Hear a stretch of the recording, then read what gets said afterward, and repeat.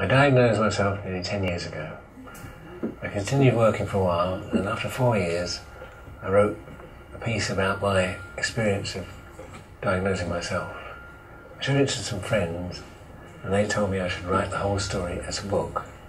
I thought about it, and over the last 6 years, that is exactly what I've done.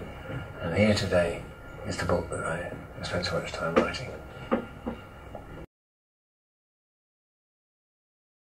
You probably read how I diagnosed myself, but it's worth repeating because it was such an interesting time for me. I was giving a speech at my father's 80th birthday party in a village hall in the middle of nowhere. The village hall was very cold, I was very nervous, I was shaking. But I wasn't shaking because I was cold, nor because I was nervous. Something else was wrong. I didn't know what it was, but I resolved the next day to investigate. So I went home, got out a medical book, looked up shaking, tremors, Parkinson's disease, read the entry for Parkinson's disease, and there in front of my eyes was a list of everything that was wrong with me, which I hadn't realised were symptoms, but I had every single one of them on the list. It was quite a stunning moment for realisation for me. I thought very carefully about it.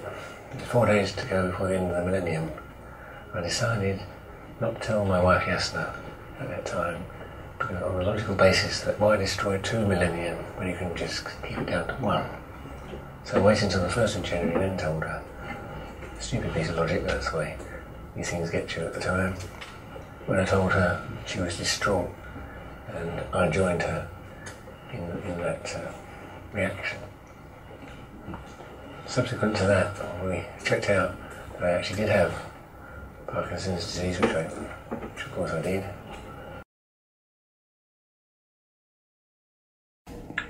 The subject of carers is worthy of great consideration. Not many people understand that the carer not only can sometimes suffer as much as the patient, but possibly sometimes even more so. Let me give you an example.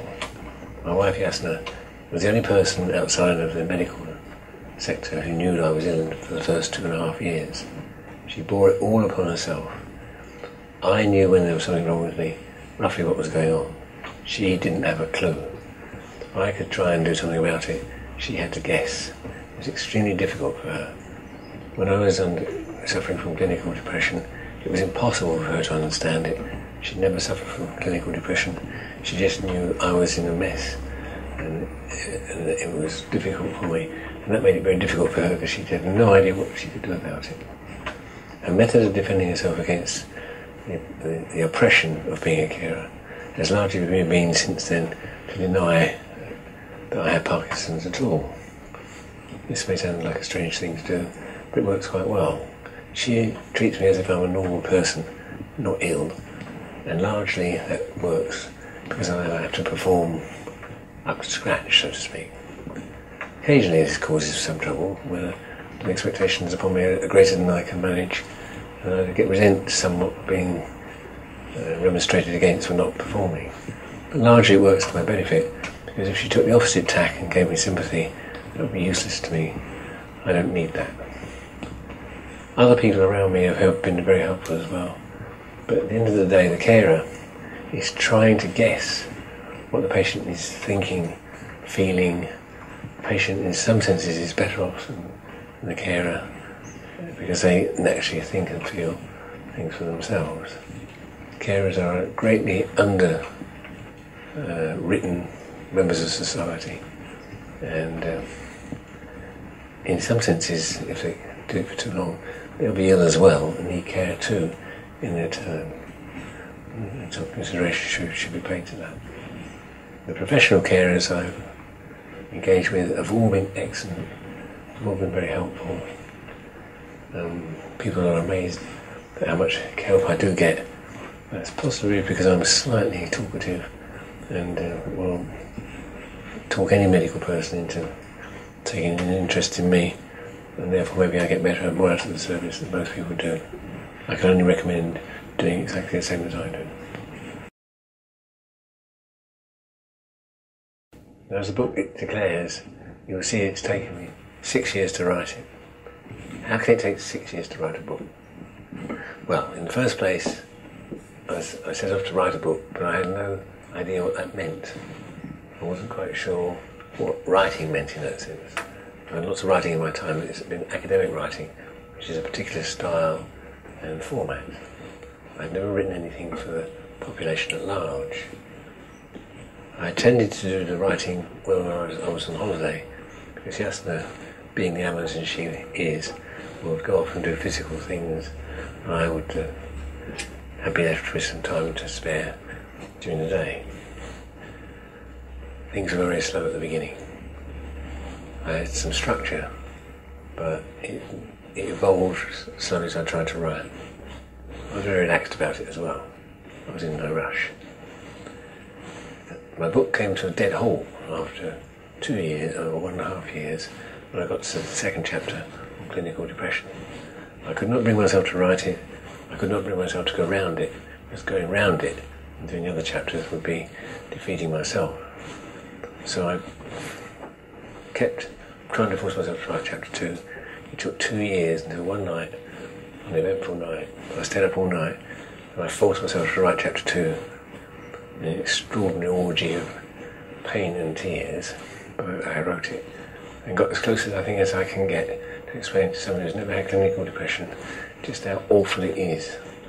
But I can't quite capture it. You have to suffer it to know how bad it is, and you can't really understand it if you haven't suffered it. From then on, the book started to accelerate. Another couple of years and I was 40% of the way through it, and 60% of the book was written in the last year, roughly, as I got the hang of it better. I spent another year editing the book into the shape it is now. Why did I need to edit it?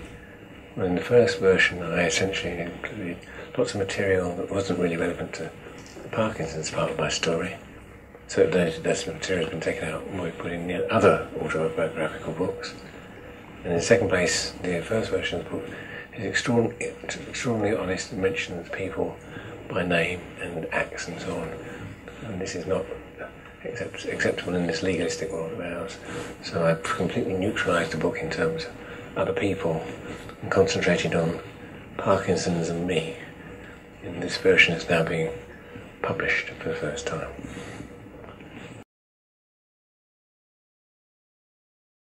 And like many people, when I first diagnosed with Parkinson's, I picked up Michael J. Fox's book.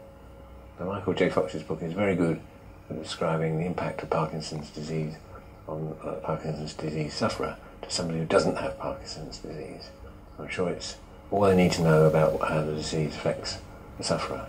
But it isn't very good at explaining to a Parkinson's disease sufferer what he's in for, what he or she is in for, because it doesn't really describe too much of Michael Parkinson's disease detail, let's say. That's one of the reasons why I wrote this book, because I found that although I enjoyed what he wrote and it was interesting, he didn't do anything for me at all about what I was likely to be in for over the next however many years it was going to be. The book, Living with Parkinson's Disease, Shake, Rattle and Roll, is in hardback and has 256 pages in it. It has some delightful photographs in the middle and is available worldwide, free worldwide delivery.